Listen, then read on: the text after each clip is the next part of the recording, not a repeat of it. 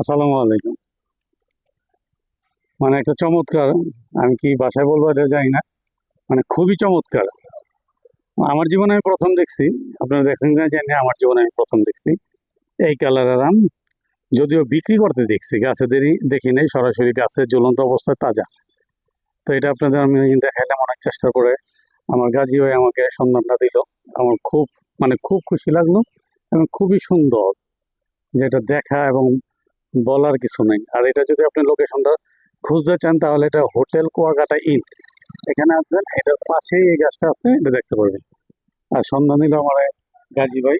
গাজী ভাই, এই আমটার নামটা কি এটা একটু এটার বলবেন? নাম সেটা আমিও জানি না আসলে, বিশেষ করে এটা আমিও প্রথম দেখেছি যে আসলে আমটা দেখার মতো এটা সৌন্দর্য।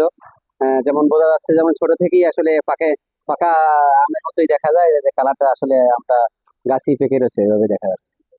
তো যেটা বললো গাজী ভাই, গাজী ভাই লোকাল মানুষ এই এলাকার, তো উনি নিজেও জানেন এই আমটার নাম কি, তবে দেখতে এতই সুন্দর লাগে, মানে কি বলবো, নিজের চোখে না দেখলে বোঝা যায় না। এটা বিক্রি করতে দেখছি আমি, কিন্তু গাছের মধ্যে এভাবে ঝুলন্ত, এটা ভাই ইম্পসিবল, আমি এখনো দেখি না, এই প্রথম দেখলাম এট ফার্স্ট।